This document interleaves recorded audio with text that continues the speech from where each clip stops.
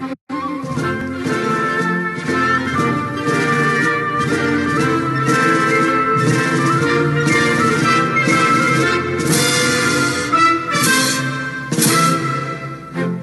sejam vocês muito bem-vindos a mais um episódio do Podpah, hoje dando continuidade à série Candidatos, hoje com o candidato José Aldo Rebelo Figueiredo. Aldo Rebelo. Nasceu em 23 de 2 de 1956, hoje com 62 anos, de Viçosa, Alagoas. Seu estado civil é casado, iniciou na Faculdade de Direito na Universidade Federal de Alagoas, mas não concluiu. Sua profissão é jornalista e já recebeu alguns prêmios aí. Alguns muitos, entre eles a Ordem do Mérito da Defesa, Gran Cruz, Ordem do Mérito Naval, Grande Oficial, Ordem do Mérito Militar, Grande Oficial, Ordem do Mérito Aeronáutico, Grande Oficial, Ordem do Rio Branco, Gran Cruz e Legião da Honra, Grande Oficial pela República Francesa. E Legião da Honra, Grande Oficial também. Seu partido é o Solidariedade. Eu sou o Thiago Almeida. Eu sou o Guilherme Souza. E bora ver aí sobre o candidato.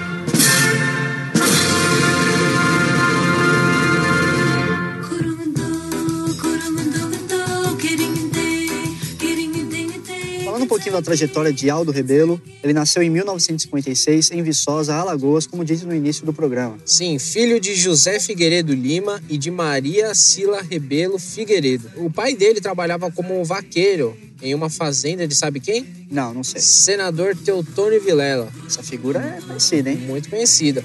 E foi ali, né, onde o Aldo já começou a ter os primeiros contatos com a política. Interessante. Em 1968, ele foi aprovado no exame de admissão do Colégio Agrícola Floriano Peixoto. Inicia a faculdade de Direito em 1975, na Universidade Federal de Alagoas. Sim, ele iniciou os estudos lá, porém ele não concluiu, como a gente já disse no início do programa. Ele ficou só 3 anos na faculdade e depois acabou abandonando. Apesar dele ter abandonado a faculdade, ele teve uma participação muito importante em diversos movimentos lá dentro. Foi ali que a gente pode dizer que ele começou seu envolvimento com a política em definitivo, onde ele entrou com a política e nunca mais saiu. Sim, inclusive em 1977 ele se muda para São Paulo, que é aí onde ele se filia ao Partido Comunista do Brasil, o famoso PCdoB.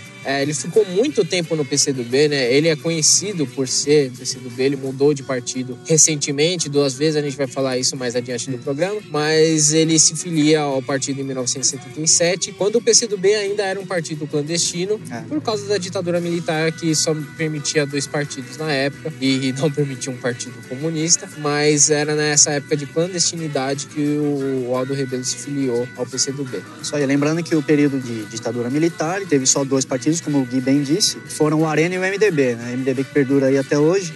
Todos os outros partidos que poderiam existir na época eram clandestinos, não eram autorizados. Ainda em 1997, ele foi eleito membro da direção regional e da direção nacional do PCdoB, partido que ele pertencia. Sim, entrou pro partido e já começou a algarear cargos importantes dentro do partido. Exato. Tanto que a direção regional, que é da região que ele estava, no caso São Paulo, e também da nacional, né, que abrange aí toda a federação. Em 78, ele retorna para Alagoas, se torna diretor do Centro Acadêmico de Direito da Universidade Federal de Alagoas, a mesma universidade que ele iniciou e não terminou. Exato, foi exatamente o que eu disse. Ele, apesar de não ter terminado a faculdade, ele teve um papel muito importante lá dentro nos movimentos estudantis de lá. Exatamente. Seguindo, em 1978, ele começa a trabalhar como jornalista. E aí, em 1980, ele é eleito presidente da União Nacional dos Estudantes, a famosa UNE. Sim, a famosa UNE, ele teve muita participação em diversos movimentos da UNE, principalmente ali na atividade contra a ditadura militar e tudo mais. E ele foi um presidente importante aí desse movimento, dessa instituição. Interessante. Ainda em 1980, ele foi eleito delegado da Organização Continental Latino-Americana e Caribenha de Estudantes, a sigla OCLAI. Sim, aí na OCLAI ele acabou tendo um movimento político mais internacional, né?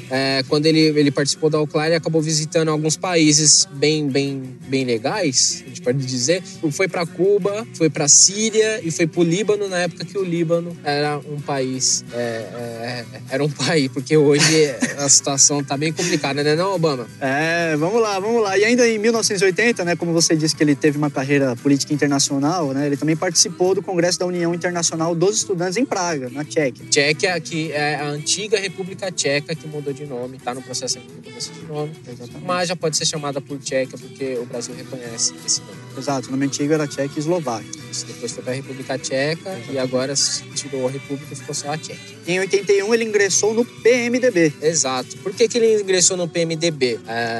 O cara era comunista e agora ingressou no partido da ditadura? Porque era a única maneira de disputar alguma eleição ou ganhar algum cargo político. Então, na verdade, existiam dois partidos, o Arena e o MDB, só que existiam muitas outras pessoas que pertenciam a outros partidos que não eram oficial, não era só o PCdoB, que era um partido clandestino, mas na época das eleições, eles queriam participar do processo político justamente para conseguir entrar lá dentro no Congresso ou alcançar algum cargo público, e a única maneira era você se filiando ou o Partido dos Militares, o Arena, ou o Partido do Movimento Democrático Brasileiro, que era o MDB. E por isso, em 81, ele se filiou ao PMDB só para disputar as eleições, praticamente. Exatamente, lembrando que ele se filiou ao MDB, como o Guilherme disse, porque ainda era 81, ainda estava na ditadura. Sim, ainda mas ele não deixou de ser do PSDB do PCdoB por ter se filiado ao MDB. E aí, em 1985, ele retorna para o PCdoB. Justamente porque terminou aí a famosa ditadura militar, e aí ele retorna para o partido que antes era clandestino e começa a deixar de ser clandestino. Então ele volta para o Partido Comunista Brasileiro, Partido Comunista do Brasil. E aí, só complementando, né? Ele acaba se desfiliando do PCdoB em 14 de agosto de 2017, depois que ele fez um manifesto. Ele escreveu um artigo, um manifesto para o partido, e que não foi bem visto. Ele defendia muitas questões nacionais, e a gente vai ver que o Aldo Rebelo, ele passa por uma transformação, porque, na verdade, uma transformação entre aspas, porque ele sempre foi comunista, mas ele acaba pegando uma visão mais, se a gente for tratar uma visão mais tradicional, ele acabou pegando uma visão mais capitalista do negócio. Tanto que até existe uma brincadeira que o Paulinho da Força fala que ele é um meio comunista, meio capitalista. Exato. Né? E aí, esse manifesto que ele fez não foi muito bem visto pelo PCdoB, justamente por defender algumas questões nacionais, e enquanto o partido estava se encaminhando como o partido é hoje, um movimento mais a nova esquerda, tratando mais da questão cultural. Identidade de gênero, racial. De gênero e tudo mais, ele acabou se distanciando disso porque ele via que não era necessariamente só esse o caminho. É uma crítica que a gente já fez em alguns episódios da série Candidatos, inclusive. É só vocês olharem aí que vocês irão ver. E aí ele acaba se filiando ao Partido Socialista Brasileiro, o PSB, em 25 de setembro de 2017. Porém, ele também acaba se desfiliando desse partido no dia 12 de abril de 2018, ou seja, ficou quase um ano, né? Menos de um ano aí no PSB. E aí já entra algumas questões políticas, né? Ele declarou abertamente em um outro manifesto feito por uma carta que ele fez à presidência do PSB na época, algariando aí a candidatura à presidência pelo partido. Porém, a gente sabe muito bem que o PSB namora há muito tempo já o famoso Joaquim Barbosa. O Joaquim Barbosa aí, que é visto por muitos como um perfeito exemplo aí de democrata aqui no nosso país. Exato. Só que ele, por algum motivo, não gostou muito desse namoro entre o PSB e o Joaquim Barbosa, tanto que ele deixou o partido depois que o Joaquim Barbosa se filiou. O engraçado é que ele já declarou em algumas entrevistas que ele via com bons olhos a filiação do Joaquim Barbosa ao PSB, tanto que ele meio que se propôs, né, não abertamente, mas ele meio que se propôs a participar da chapa do Joaquim Barbosa, caso ele fosse oficializado como candidato do PSB. O que não aconteceu porque o Joaquim Barbosa se filiou ao PSB, porém não oficializou sua candidatura, negou a ser candidato à presidência. O PSB atualmente não tem candidato. E aí ele sai do partido em 12 de abril de 2018 e entra no mesmo dia pro Solidariedade, se filia ao mesmo dia no partido do Paulinho da Força, o Solidariedade. Exatamente. Para quem nunca ouviu falar, a sigla do Solidariedade é SD. Então, se você vê por aí SD, é o Partido Solidariedade, o partido atual aí do candidato Aldo Rebelo. Exato. Só para complementar, de 2 de outubro de 2015 a 12 de maio de 2016, ele foi ministro da Defesa. E abre aspas. O Brasil ficou refém das corporações. Fecha aspas.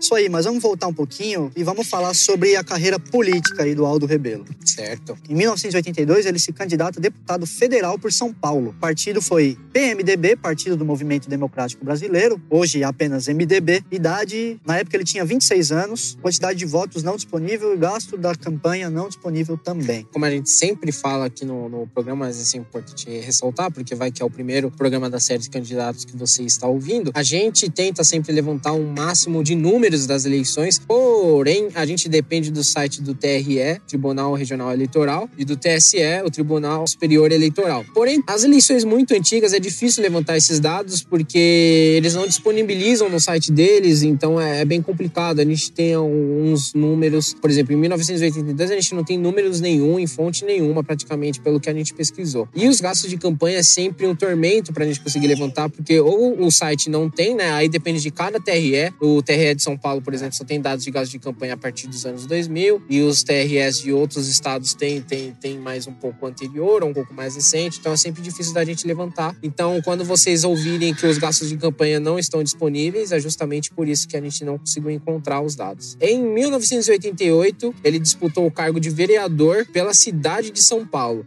O partido era o Partido Comunista do Brasil, tinha na época 32 anos e conseguiu aí 20.023 votos, totalizando aí 0,39% do total, e ele foi eleito. Os gastos de campanha não estão disponíveis. E aí, quando a gente fala de um candidato que foi eleito aqui na série de candidatos, a gente tenta levantar um pouco da atuação dele como político, né? Como vereador aqui no caso. Exato. Então, como vereador, o Aldo Rebelo participou da Comissão de Administração Pública. Ele foi presidente da Comissão Parlamentar de Inquérito, né? Uma CPI, criada para apurar irregularidades na Prefeitura de Jânio Quadros, de 1985 e 1989. Ele foi relator também da CPI das ossadas do cemitério de Pirus, né? Nessa CPI havia um caso de ossadas de vítimas do regime militar, então ele teve uma atuação aí nessa CPI. E ele também apoiou a candidatura da Luísa Erundina, que acabou sendo vitoriosa e assumiu aí a Prefeitura de São Paulo. A Luísa Erundina, então, filiada ao Partido dos Trabalhadores, e o PCdoB sempre apoiou o PT até aquela época. A Luísa Erundina ficou no cargo de 1989 a 1992. Ele também criticou a administração municipal no episódio do acordo com a empresa Shell para a reforma do Autódromo de Interlagos. E aí, só colocando um ponto para quem não percebeu, em 82 ele se candidatou pelo PMDB, que foi aquilo que a gente disse. Em 82 ainda era o regime militar. E aí, em 88 ele se lança pelo PCdoB, que é o Partido Comunista do Brasil, porque o regime militar acabou em 85, aí o partido conseguiu se legalizar, e aí ele já foi direto pelo PCdoB. E aí, dando continuidade, em 1990 ele se candidatou como deputado federal por São Paulo, partido PCdoB, idade 34 anos. Na época ele conseguiu 29.554 votos, que totalizaram 0,17% dos votos válidos da época, ou seja, ele conseguiu se eleger. Os gastos da campanha também não estão disponíveis. Em 1990, a atuação dele como deputado federal, ele condenou o golpe de Estado na União Soviética, na antiga União Soviética, que tentou derrubar o famoso Gorbachev. Ele também foi membro titular da Comissão de Trabalho, de Administração e Serviço Público da Comissão Especial, que apurou crimes de responsabilidade do presidente Fernando Collor de Mello, e membro suplente da Comissão de Constituição e Justiça. Ele chefiou a delegação parlamentar brasileira em viagem a Amman, na Jordânia, e a Bagdá, no Iraque. Ele também foi coordenador da Subcomissão de Política Monetária, da Comissão Especial do Programa de Estabilização do Governo e foi membro titular da Comissão de Economia e Finanças e Dívida Externa do Parlamento e suplente da Comissão de Educação, Cultura e Desporto. Foi também coordenador da Subcomissão de Política Monetária da Comissão Especial, que analisou o Plano Real e representou o Brasil na União do Parlamento Latino-Americano, realizado no Chile, mais precisamente em Iquique. Foi contra a criação do Imposto Provisório sobre a Movimentação Financeira, o famoso IPMF. E aí, em 1994, ele se candidatou novamente como deputado federal por São Paulo. O partido PCdoB, na época, tinha 38 anos, conseguiu 45.240 votos, que corresponderam a 0,25% dos votos válidos da época e conseguiu novamente se reeleger. Sim. Gastos da campanha não disponíveis. Ele foi reeleito a deputado federal, e como a gente está falando de um candidato eleito no caso 100% eleito, né? Ele só perdeu uma eleição. Exato. A gente tem coisa pra caramba pra falar. Então vamos falar um pouco da atuação dele em 1994 como deputado federal. Bora. Ele foi membro titular da Comissão de Economia indústria e comércio. Ele também foi contra o monopólio dos estados na distribuição de gás canalizado das embarcações nacionais e da navegação de cabotagem. Havia uma mudança de conceito na época de empresa nacional, que gerou a quebra do monopólio estatal das telecomunicações e da Petrobras na exploração do petróleo. Ele também integrou a Frente Parlamentar Sucro-Alcooleira e participou da Comissão de Direitos Humanos, de Finanças e Tributação. E aí, em 1998, a gente pode ver aí que a carreira política dele é extensa.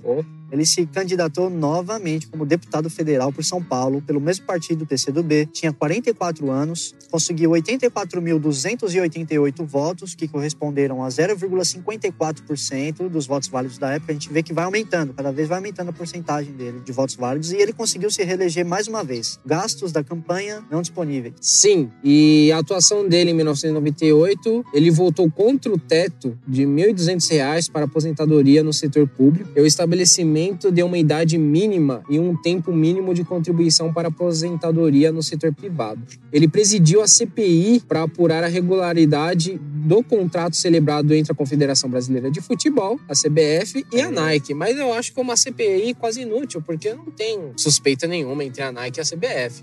Mas ele foi, né? Imagina, não tem... Imagina, a Nike nem indica quem que vai usar a camisa 10 e a braçadeira de capitão na seleção, mas enfim, né? Eu já falei que a CBF é a única instituição, uma das únicas, que é idônea aqui no nosso país. Um grande abraço ao meu glorioso amigo José Maria Amarim e o glorioso Ricardo Teixeira. Os dois andam meio sumidos no nosso grupo do Telegram.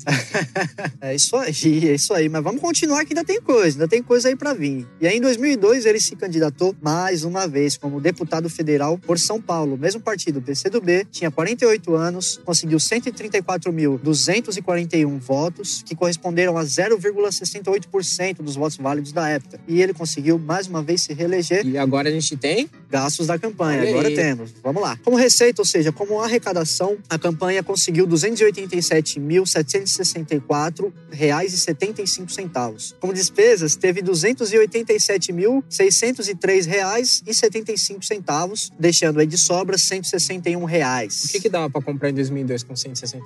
Cara, eu acho que dava pra você dar entrada num carro, num Maserati. Em 2002? Dava, porque era Lulinha, né, pai? Ah, era bom, né? Era bom. Então... Verdade. Em 2002, ele foi ministro da Secretaria de Coordenação Política e Relações Institucionais do Governo. Vale lembrar que nessa época a gente tinha vários ministérios. Ele se tornou uma pessoa bem articulada justamente por ter participado de vários processos eleitorais e ser eleito, ser deputado federal há muitos anos já, né? Sim. E conseguiu articular bastante coisa dentro do Congresso Nacional. Ele aprovou, por exemplo, o projeto de parcerias público-privadas para as grandes obras de infraestrutura, a Lei da Biossegurança, da qual ele foi relator, a lei que reestruturou o setor elétrico brasileiro, a Lei de Falências e a Lei dos Consórcios Públicos. Lembrando que o papel desse ministério na época, das relações institucionais do governo, era justamente você ser o articulador da parada, né? Conseguir fazer uma correlação, ter uma relação boa com o Senado e com a Câmara dos Deputados. Exatamente. E aí, seguindo, em 2006, ele se candidatou mais uma vez a deputado federal por São Paulo. Partido ainda o PCdoB, tinha 52 anos, conseguiu 160.621 votos, que corresponderam a 0,83% dos votos válidos da época. E ele conseguiu se reeleger. Lembrando que já é a quinta vez aqui que ele consegue ser deputado federal por São Paulo. Gastos da campanha, infelizmente, não disponíveis. Aí você vê aí como a gente tem esse problema realmente com o TRE. A gente tem dados de 2002, mas não tem dados de 2006. Lembrando que todos os dados do TRE de São Paulo estão disponíveis a partir dos anos 2000. 2004, para ser mais preciso. Mas a gente não conseguiu acesso, o sistema não estava funcionando. Mas, de qualquer forma, lembrando que no dossiê do candidato, que está linkado aí no post, Exato. Tem todos os links da referência da onde a gente tirou esses dados. E caso você queira tentar acessar lá, o link tá aí. Boa sorte. E vê se você consegue o número e manda para nós. Exatamente. Em 2006, ele foi deputado federal e a atuação dele, ele acabou sendo presidente da Comissão de Relações Exteriores e Defesa Nacional. O primeiro contato ele é com o setor de defesa do Brasil. Membro de comissões especiais incumbidas de analisar os artigos ainda não regulamentados da Constituição de 1988. Ou tinha uma sobra ainda de coisas não regulamentadas de 88 da Constituição. Sim. Lembrando também que o Aldo Rebelo, ele foi também um deputado constituinte, né? Sim. Então ele participou da Constituição. Ele também foi membro da Subcomissão Especial da Comunidade dos Países da Língua Portuguesa. Inclusive, Inclusive, tem uma passagem meio interessante, porque o Aldo Rebelo ele já apresentou algumas propostas que ele é totalmente contra os estrangeirismos na língua portuguesa. Sim. Então, na época que a gente teve adicionado a letra K, Y e outras letras e outros termos da língua inglesa que não tem uma tradução direta para a língua portuguesa, ele sempre se colocou contra. Lembrando que vocês vão ver que o Aldo Rebelo ele é bem nacionalista, talvez um dos candidatos mais nacionalistas que a gente tem nessas eleições. Exatamente. E aí, em 2008, ele se candidata, agora ele decide mudar um pouco. E tenta sair como vice-prefeito aí, por São Paulo ainda. Ele seria vice-prefeito da Marta Suplicy, pelo partido agora do PT, Partido dos Trabalhadores, né? Na verdade, era uma coligação, né? A Marta era do PT, do PCdoB, ele saiu aí como vice da Marta Suplicy em 2008. Ele tinha 54 anos na época e a Marta conseguiu 2.452.527 votos, que corresponderam a 39,28% dos votos válidos da época, mas mesmo assim ela não ganhou, né? Nessa eleição quem ganhou foi o Kassab como prefeito de São Paulo e deixou a Marta em segundo lugar. E infelizmente aí os gastos da campanha não disponíveis. E lembrando que como ele era um deputado federal, ele poderia sair do cargo, tentar uma eleição e se não conseguir, volta pro seu cargo de deputado federal que ainda estava vigente. Exato. Quando ele retornou, né, para a Câmara dos Deputados em 2008, ele tenta também concorrer à presidência da Câmara. E aqui tem uma história interessante. Ele tenta concorrer à presidência da Câmara, mas ele perdeu. Olha aí, perdeu? Depois de todo esse histórico, ganhando eleições. De ser tão articulado dentro, né? Conhecido. Inclusive, por que ele participou das eleições, participou da chapa da Marta aqui em São Paulo? Porque você pensa, o cara é de Alagoas? O que ele tem? Mas o Aldo ele sempre foi muito influente, tanto que todas as eleições que ele participou foi aqui em São Paulo. Ele sempre foi muito influente aqui dentro de São Paulo. E no Sul também, né? Ele tem uma carreira política bastante relevante no Sul. E por isso que o PT optou, né? A chapa optou colocar ele como vice-prefeito na chapa da Marta, o que não deu muito certo. Mas só para explicar por que esse envolvimento. Ele volta e tenta concorrer à presidência da Câmara, mas perdeu para uma pessoa pouco conhecida no cenário político brasileiro. É mesmo? Quem seria? Seria Michel Temer. Nossa, eu não... Cara, não sei, hein? Michel Temer é aquele golpista? Olha aí. É, isso aí. Ele tenta a presidência da Câmara, mas perde para Michel Temer, que acabou sendo eleito presidente da Câmara na época. Mas você pode pensar diversas coisas. Mas ele elogiou o Temer, dizendo que ele tinha uma grande capacidade de agregação. Ele era uma pessoa bem articulada e conseguia agregar mais os parlamentares em torno dele. Mas, enfim, a gente sabe muito bem no que isso deu. E depois disso, ele foi relator da comissão especial que tratou dos códigos ambiental e florestal, e foi nessa época que ele foi relator de uma lei, o novo Código Florestal Brasileiro, polêmico, que gerou muita polêmica, e gera polêmica até hoje, inclusive é uma das propostas do Aldo Rebelo que a gente vai ver mais adiante, mas é um tema que talvez muita gente já tenha visto, muita gente já tenha estudado, mas tem diversos vídeos que explicam bem melhor no YouTube, inclusive o canal do Pirula, que eu vou deixar aqui recomendado, que ele explica bem essa questão do novo Código Florestal que foi sugerido na época. Exatamente, aí dando fim à trajetória política até então do Aldo Rebelo, em 2010 ele se candidata mais uma vez como deputado federal de São Paulo, partido PCdoB, tinha 56 anos na época e conseguiu 132.109 votos, que corresponderam a 0,62% dos votos válidos da época, e aí ele conseguiu ser reeleito mais uma vez. E agora a gente pode agraciá-los com os gastos da campanha. Olha aí. Que de receita, a campanha angariou R$ 2.177.724,19. Como despesa, teve R$ 2.159.922,20. Sobrou aí uma gordurinha, hein, de R$ 17.801,99. O que dava pra fazer em 2010 com R$17 mil? Dá pra comprar um Kinder Ovo. Em 2010 é aí que ele teve todos os holofotes virados para ele, porque nós estávamos na véspera da Copa do Mundo de 2014 no Brasil, e ele foi escolhido aí pela Dilma Rousseff para ser o ministro dos esportes na época. E foi ele que articulou toda a questão da organização da Copa de 2014. Das construções, dos estádios. Sim, a gente sabe que deu muita coisa errada, teve muitas questões, né, de corrupção nos estádios que estão sendo descobertas até hoje. Sim. Ele foi criticado por algumas escolhas não muito certas, como a construção de estádios em lugares que não tinham futebol, que não tem futebol, quer dizer, tem, mas é muito pouco expressivo. Então a gente tem um estádio muito bonito no Amazonas, por exemplo, que não é utilizado, sendo que a gente tinha tinha o Pará ali do lado, que tem futebol e seria melhor utilizado ali, mas isso entra uma questão da FIFA, que a FIFA queria um estádio em Amazonas. Só para deixar um pouquinho clara a atuação dele como ministro dos esportes, e também teve a questão de Cuiabá, que é um estádio, infelizmente, que está abandonado hoje em dia. Ele intermediou, junto com os congressistas, a aprovação do projeto conhecido como a Lei Geral da Copa, que era uma lei feita para facilitar a Copa do Mundo no Brasil, para atender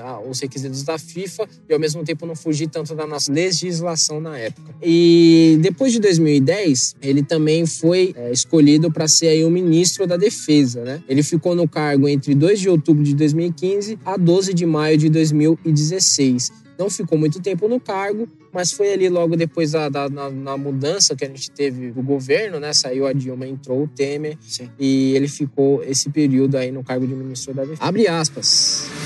Não se sabe se quem manda no país é um juiz ou um presidente. Fecha aspas.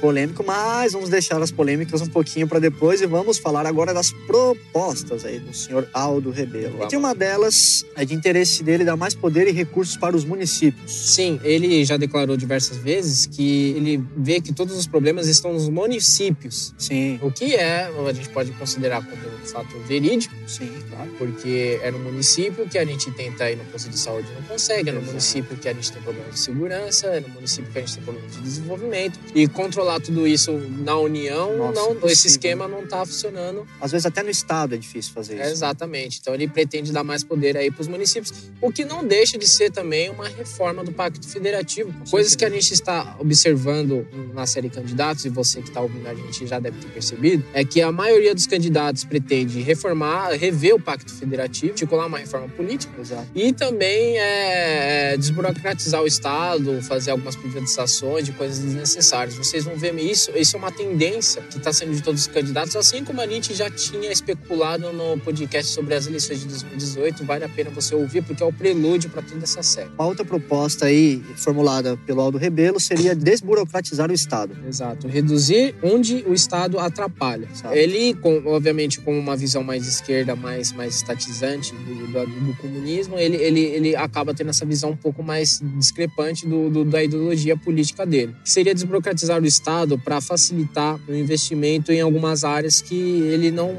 Quando ele foi ministro, ele já disse isso, que viajou diversas vezes tentando angariar recursos para o Estado, mas nunca conseguiu, porque ninguém queria investir no Brasil, porque no Brasil as coisas eram muito complicadas. Então ele já chegou a apresentar projetos na Inglaterra, e os ingleses olharam os projetos e falou, bom, é legal, a gente tem o dinheiro para investir, mas a gente não vai investir no Brasil porque existe o custo Brasil. E o custo Brasil envolve diversas coisas, talvez renda um podcast no futuro. Tanto que ele até comenta em uma entrevista que durante a posse da Dilma, né, a China queria investir 70 bilhões aqui no Brasil para criar um canal, né, entre lá a China e o Brasil pelo Pacífico, e ele disse que adverteu a Dilma, falou, olha, não faça isso porque não vai dar certo. Aqui no Brasil a gente tem muitas coisas burocratizantes que inviabilizam tudo praticamente. Esse canal era para ligar a China e o Brasil ali, né, a Ásia com o Brasil, né, pelo Pacífico, para poder levar alimentos e tal, porque o Brasil ele é exportador de alimentos para todo mundo. Sim, e isso entra muito num tema recente, que a China vai construir um novo canal, que não vai... Existe o canal do Panamá, mas Sim. A China quer construir basicamente um canal particular para ela, para conectar, né, os países daqui, para ser uma volta menor. Exato. Então eu acho que vai ser na Costa Rica ou em algum outro país, não tenho, mas vai ser ali na América Central. E aí, falando sobre o Pacto Federativo, uma outra proposta dele seria refazer o Pacto Federativo, fazer um novo Pacto Federativo. Uma outra proposta também seria o combate ao crime organizado e mais garantias às autoridades. E o Aldo Rebelo ele é muito contundente nisso, né? Ele fala que aqui no Brasil a gente perdeu a noção do que é disciplina e hierarquia. Né? Exatamente. Falar sobre disciplina e hierarquia parece que tem um sentido autoritário. Ele bate muito nessa tecla. Né? Ele diz que esse tal do politicamente correto está ofuscando tudo isso. Hoje em dia, ninguém mais tem a noção de respeitar quem está acima de você na hierarquia, esse tipo de coisa. Aí entra uma visão muito nacionalista e a gente começa a pensar, fala, pô, é um cara do partido, um ex-participante do Partido Comunista do Brasil, né? E ainda se colocam como candidato à esquerda, mas a gente tem diversas ideias dele que fogem um pouco da visão de esquerda que a gente tem no Brasil. Exato. Não estou dizendo que a esquerda não defende a autoridade. autoridade. Estou dizendo que politicamente correto é uma coisa que a esquerda impõe de uma maneira que eles conseguem enxergar melhor, que o pessoal de direita muitas vezes não conseguem ver. Ele também defende o combate ao crime organizado e nós colocamos isso na pauta por quê? Porque todo mundo fala que vai combater o crime, vai... Na verdade, quando a gente fala de segurança, muita gente, né? Tira o pé. Eu vou fazer a integração com as polícias, eu vou fazer E quando fala, né? completo de investigação, mas a gente não vê uma medida contundente. Ele fala abertamente que vai combater o crime organizado. Quando a gente tá falando organizado, eu não queria falar o nome das facções que a gente tem, mas todo mundo sabe, eu não preciso falar. Eu não quero falar por medo ou alguma coisa, até porque eu moro em São Paulo, é perigoso. Mas eu não quero falar justamente para não dar ibope. Eu acho que a gente não tem que dar ibope pra esses caras. E o que acontece? A gente sabe que hoje o Rio está numa situação de guerra, uma situação de estado falido, muito por conta do crime organizado, e a gente não vê nenhum candidato falando abertamente que vai combater o crime organizado. Porque a gente já disse isso em outros podcasts, se você for para cima do crime organizado, você vai gerar uma guerra civil, tal como está caminhando no Rio de Janeiro. Outra proposta aí seria aperfeiçoar ainda mais o Código Florestal Brasileiro. Sim, o Código Florestal, como a gente disse, gerou muita polêmica na época, e ele pretende aperfeiçoar ainda mais, mas não é o Código Florestal, como é que eu posso dizer, não só defendendo o meio ambiente, nossas florestas, nossas matas, mas procurando meio termo entre os produtores, né, os donos de terra que produzem para o país, e ao mesmo tempo que você tem a defesa do meio ambiente. Ele quer fazer as pazes entre esses dois setores que atualmente, né, os produtores os agropecuaristas enfrentam dificuldades pelas questões ambientais e os ambientalistas enfrentam dificuldades pelas questões agropecuaristas. Então a gente tem esse conflito aí no país e ele pretende organizar isso aí. Ele também, nessa questão de segurança, pretende dar garantia às autoridades, né? Mais ou menos o que o Bolsonaro defende, como a gente já falou no podcast dele, né? No podcast sobre o Bolsonaro, é dar mais garantia às autoridades, para as autoridades poderem fazer esse trabalho, porque hoje o policial, vou dar um exemplo do policial, mas ele arrisca a sua vida, né? Na profissão dele, e ele não pode fazer o seu trabalho, porque ele é rechaçado quando ele faz o trabalho dele, que é defender a sociedade. E aí, quando a gente entra em questão de defesa, não é só matar o indivíduo, tal, mas ele tem que defender. Então, também existe esse conflito entre o pessoal dos direitos humanos e o pessoal que quer mais segurança. E é um dos grandes embates entre esquerda e direita, mas ele pretende resolver isso dando mais autoridade aos funcionários públicos de defesa. O Aldo Ribeiro, ele tem uma pegada mais desenvolvimentista, e esse tema também é uma proposta dele, que ele tem uma agenda de crescimento aí pro nosso querido Brasil. E aí já entra um pouco, ele sai um pouco do campo capitalista e vem mais pro campo comunista, que ele defende que o Estado, sim, o Estado é útil, sim, em desenvolver coisas que o capital não quer desenvolver. Vamos colocar como exemplo que existem setores que o capital não quer investir porque existe um alto índice de risco. E ele vê que nesses setores que o capital não quer investir porque existe risco, o Estado pode ir lá, criar o mercado, fortalecer o mercado, para aí sim ele seja interessante para o capital, entendeu? Então, por exemplo, tem um tipo de mercado que o capital não, né, os investidores não querem colocar dinheiro porque ele não é desenvolvido no Brasil, tem diversos problemas tributários, diversos problemas de leis, mas o Estado tem esse poder de ir lá e desenvolver esse mercado. Só o Estado, na visão dele, tem esse poder de ir e fortalecer o mercado e não o capital, porque se deixar tudo aberto para o capital não vai investir em coisas que não sejam atraentes. E o Estado consegue investir sendo atraente ou não. Uma outra proposta seria criar um ambiente favorável para o investimento privado, aí, dando, né, coerência ao que o Guilherme acabou de falar. Uma outra proposta seria investimentos públicos em desenvolvimento econômico, que também está dentro aí dessa agenda de crescimento. E aí, como uma última proposta, seria investir em ciência e tecnologia. É uma coisa que a gente bate há muito tempo, porque nós somos profissionais da tecnologia. Ele quer justamente investir nisso, porque a gente está... Inclusive, tem um artigo que a gente desenvolveu no site, se você quiser olhar, é sobre um debate sobre a quarta revolução industrial, que está começando a vingar, né? Alguns países já estão bem mais encaminhados nisso, e o Brasil está sofrendo muito, porque o que acontece é alguns trabalhos de base vão sumir no Brasil, e os trabalhos de tecnologia vão crescer cada vez mais, mas só que a mão de obra aqui não está preparada, o mercado não está preparado, e o Aldo vê que o Estado pode ajudar nisso, a desenvolver esse mercado. Exatamente. E justamente esse pensamento dele é justamente por quando ele era um deputado e ministro, ele tentou viajar para fora para conseguir recursos e não conseguiu. Então ele viu que era necessário um desenvolvimento nesse setor. Abre aspas. Ser discriminado pelos outros por ser comunista, tudo bem. Agora, ser comunista e maconheiro, aí já é demais. Fecha aspas.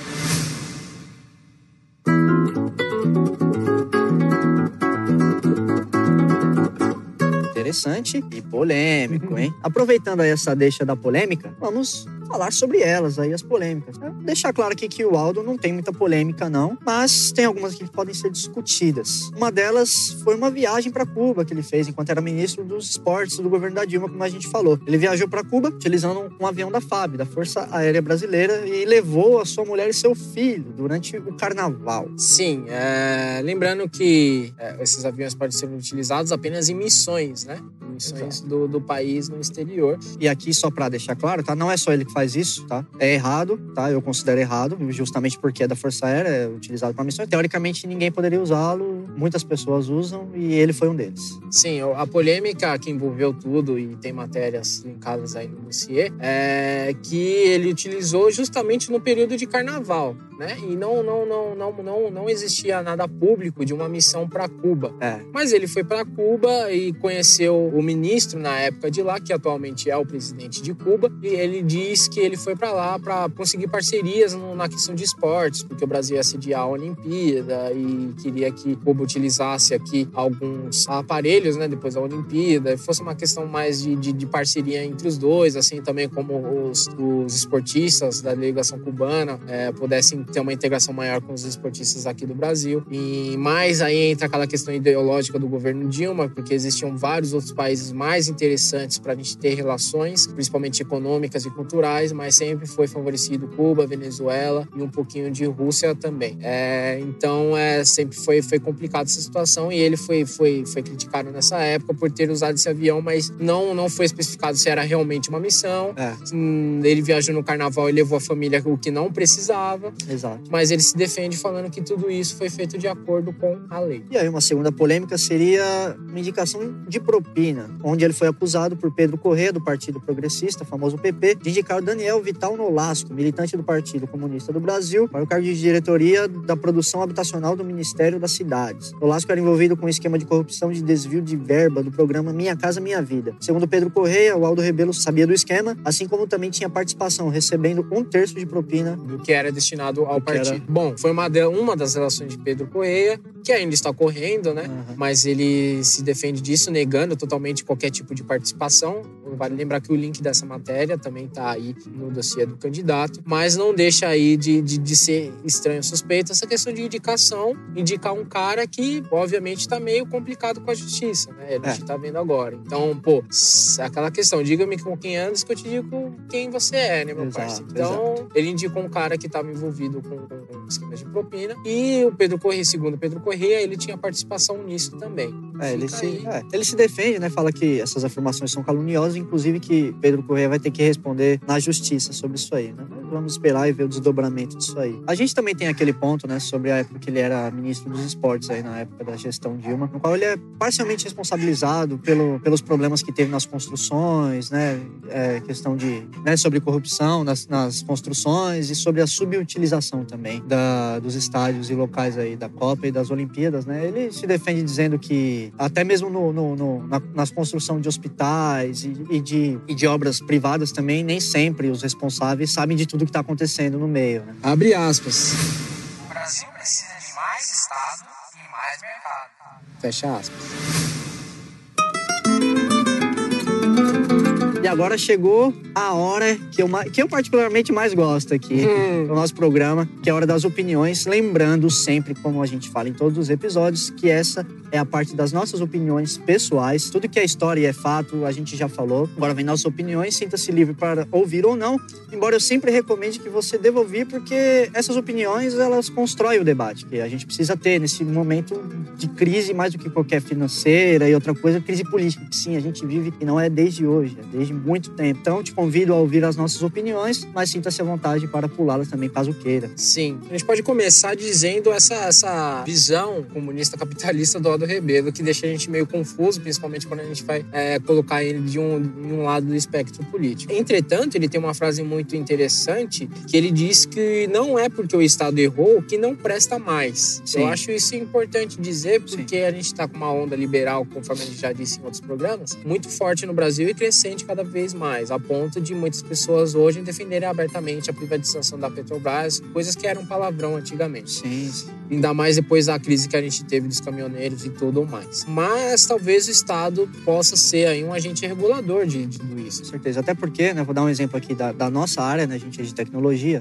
Durante muito tempo, a Intel ela foi a única fabricante de processadores, né? E aí foi criada, né, a AMD, tanto que a AMD ela compartilhava vários projetos de construção, de arquitetura dos processadores para poder competir com a Intel não ser caracterizada como monopolista aí, né, no caso da venda de processadores. Isso é muito importante, né? Só que se você a Intel compartilhava com a AMD. No começo ela compartilhou os projetos de arquitetura, os processadores da AMD eram muito parecidos com os da Intel no começo, lá, na época do 386, 486, por aí. Isso é importante, porque se você jogar a regulação na mão do próprio mercado, o que garante que não vai se formar oligarquia? Nada garante. Exato. Nada Essa garante. é a crítica que a gente tem, que a gente bate nessa tecla, que você liberar o mercado, as empresas grandes vão crescer cada vez mais, mas as empresas pequenas ficam meio difícil, né? Ainda mais se você quer competir no mesmo mercado onde você tem oligarquias já formadas. Exato. Então talvez o Estado realmente tenha que ser um agente regulador de tudo, só que eu não defendo mais Estado. Sim. Eu acho que mais Estado não, a gente tem que diminuir a estrutura do Estado. Sim. Porque, ele diz que o Estado tem que investir em coisas que não é atraente para o mercado, para desenvolver, né? Ele é bem desenvolvimentista, né? Sim. Ficou muito claro que a gente viu aqui no episódio até agora que ele é bem desenvolvimentista, mas qual que é o preço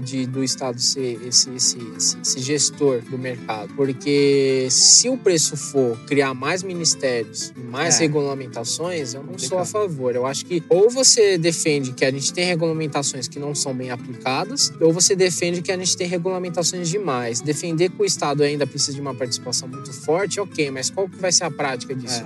Criar mais ministérios, criar mais leis, criar mais burocracia. Ele vai retirar burocracias desnecessárias de fato, ou ele vai criar mais ainda para, na visão do Estado, manter o mercado mais equilibrado, mas ao mesmo tempo complicar a participação das empresas aqui no país. Então a gente tem que debater mais sobre isso aí, ver o que de fato o Aldo Rebelo pretende fazer nessa questão de o Estado participar mais. Exatamente. Eu trouxe aqui algumas citações aqui que eu anotei de modo livre, então não foi exatamente do jeito que eu vou falar, mas eu não quis descaracterizar nada, tirar nada de contexto. Voltando àquela parte da segurança, né? Ele fala que a gente perdeu a noção de disciplina e hierarquia na segurança e que a gente criou uma sociedade onde parece que falar de dever é uma coisa autoritária, aquilo que a gente falou um pouco no começo do programa. Outra coisa que ele falou foi que a esquerda passou a dar mais importância para questões identitárias e multiculturais em detrimento do nacionalismo. E aqui eu quero deixar uma coisa bem clara. Para quem já ouve o Podpah desde o começo, ou há mais tempo do que uma pessoa que chegou agora, sabe que eu critico muito as políticas de esquerda de maneira geral. Mas o Aldo Rebelo,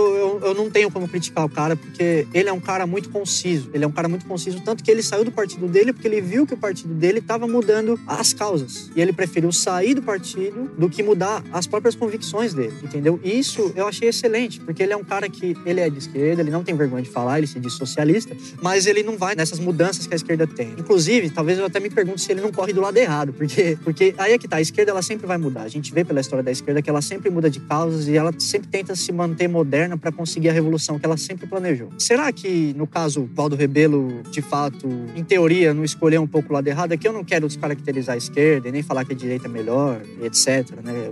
Eu acho importante cada um ter a liberdade de pensar na ideologia que acha que é certa e poder praticá-la dentro dos limites de direitos, etc, né? Mas faz todo sentido ele ser comunista porque ele viveu numa época complicadíssima. É verdade. Então faz todo sentido, né?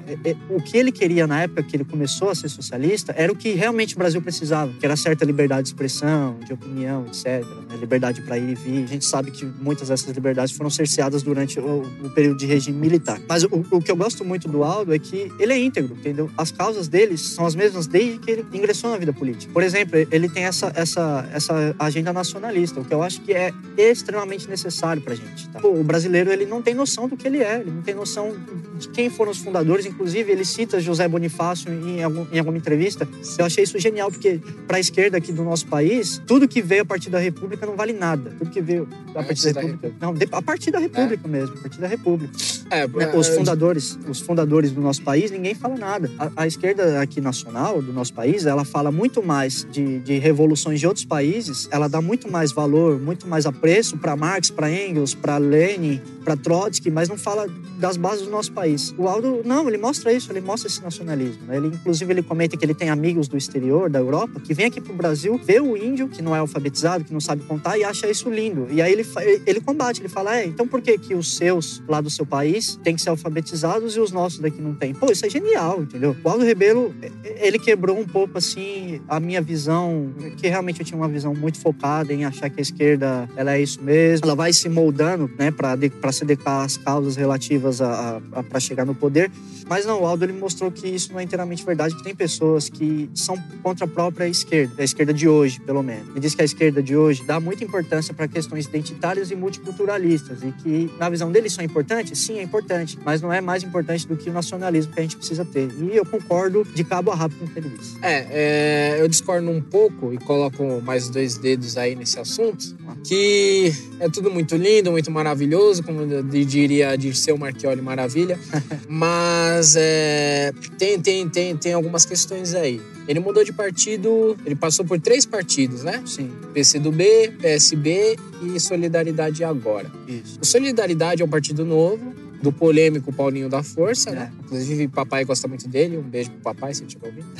Ele gosta muito do Paulinho da Força. E Solidariedade é um partido que meio que foi feito... Assim, eu não vejo ideologia no Solidariedade, eu não vejo intelectuais do Solidariedade, coisas que são essenciais pro partido, diga-se de passagem. Tudo bem, você disse que ele mudou de partido justamente porque ele viu que um não estava mais indo pro outro lado, tanto que, por exemplo, a gente tinha Aldo Rebelo no PCdoB, a gente tinha outras, né, figuras importantes do PCdoB, e hoje a candidata deles é a Manuela Dávila, que a gente já gravou um episódio sobre ela, inclusive. Então, para você ver a mudança, porque a Manuela Dávila é a cara da nova esquerda, assim como Boulos e assim como outros candidatos também. Sim, Jean Willis, né? Não é candidato à presidência, mas está na política também. É a cara da nova esquerda, que é essa esquerda que vai muito pela questão social, pela questão dos movimentos culturais e tudo mais, e deixou um pouco a visão marxista de lado. Tudo bem, ele pode ter mudado desse partido por causa disso. Depois ele foi pro PSB, que também é um partido que fica no meio entre os dois. A gente já teve Marina Silva, Eduardo Campos, Joaquim Barbosa. Literalmente entre os dois. Joaquim Barbosa, que é afiliado. Então a gente tem muitas coisas. Agora, será que ele não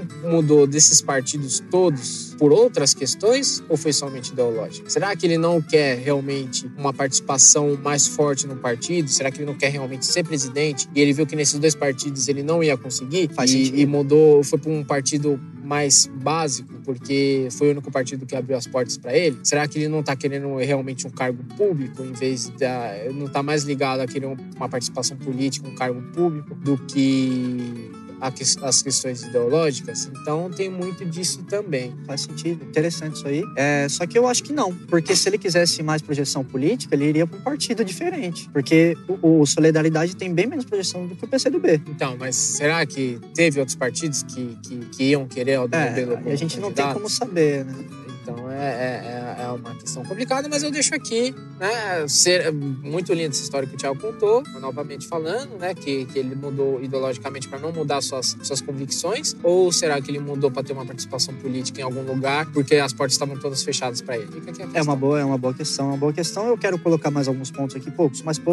Ele fala que regulamentações fazem empresas saírem do país por terem que contratar mais advogados do que engenheiros, né? Ele disse isso sobre uma empresa lá em uma certa entrevista. Isso aí concretiza ainda mais, né, essa reforma desenvolvimentista, né, de tirar a burocracia, etc., que ele diz, né, que ele traz aí como propostas. Aí sobre o superfaturamento de obras durante a Copa, né, e as Olimpíadas, ele fala o seguinte: o governo não construiu os estádios, ele acompanhou a construção e fiscalizou os prazos. Onde houve irregularidade, os responsáveis têm que se responsabilizar. Só que isso aí é meio que falar, olha, eu chamo os caras para fazer, mas eu não posso ficar olhando. Não, isso aí eu discordo. Você tem sim que fiscalizar. O governo tá fiscalizando, então ele tem que fiscalizar tudo, não só a concretização. Se você é chefe de obras, constrói um prédio, o prédio cai. Certo. A culpa é de quem?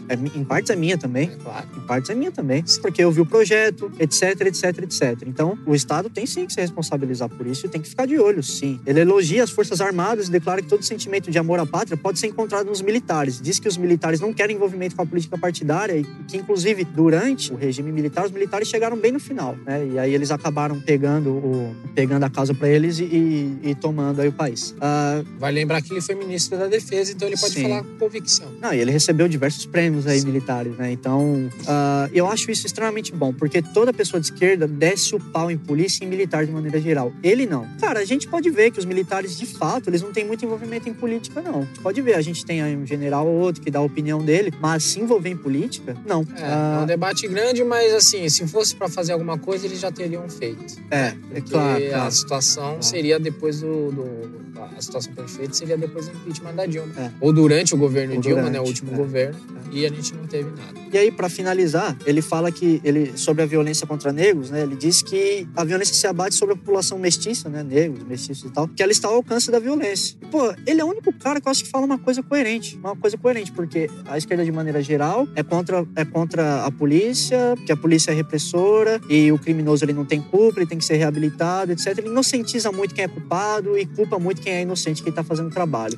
E o Aldo Rebelo não, cara. Ele consegue enxergar que isso tá errado e que isso tem que mudar. Cara, literalmente, o Aldo Rebelo, eu acho que ele é uma figura, assim, da esquerda, que é muito diferente do que a gente vê hoje no país. Ele responsabiliza quem tem que ser responsável, não passa pano pra ninguém. E o mais importante de tudo, ele se manteve íntegro e coerente e não mudou de causas, só porque a esquerda brasileira mudou. E nisso aí eu tenho que bater palmas, não tenho um A na questão ideológica pra falar contra ele.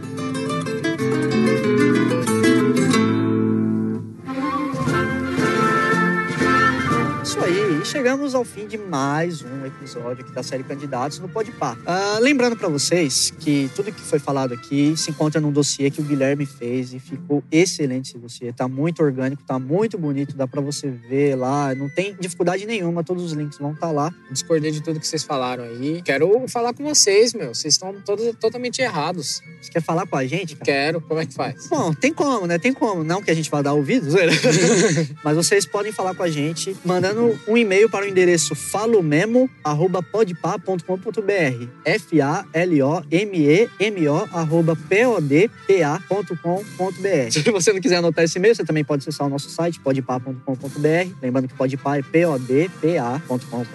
Lá vai ter no menu contato, você vai ter lá um formulário para contato. Se não quiser entrar em contato pelo formulário, lá vai ter esse mesmo endereço de e-mail que eu falei aqui agora. E é isso aí. Com isso nós concluímos mais um episódio da série Candidatos. Esperamos aí ter elucidado um pouco mais vocês, para vocês conseguirem votar de uma maneira melhor. Exato. E não acabou. Tem muita coisa para vir ainda. Tem muita coisa que já foi também. Assina o feed e ouça todos os episódios. Vamos votar consciente, porque 2018 é o ano da decisão. Exatamente. Ouçam também os outros programas que a gente tem. A gente fala de temas gerais. A gente não fala só sobre política. Exatamente. A gente fala de temas bem variados. Inclusive, o Podpah é o podcast itinerante de São Paulo. A gente viaja São Paulo, por assim dizer, mostrando os lugares que a gente tem, contando um pouquinho da história desses lugares que a gente visita. Então, fiquem ligados aí, ouçam mais o nosso podcast e até a próxima, que vai ter muito mais.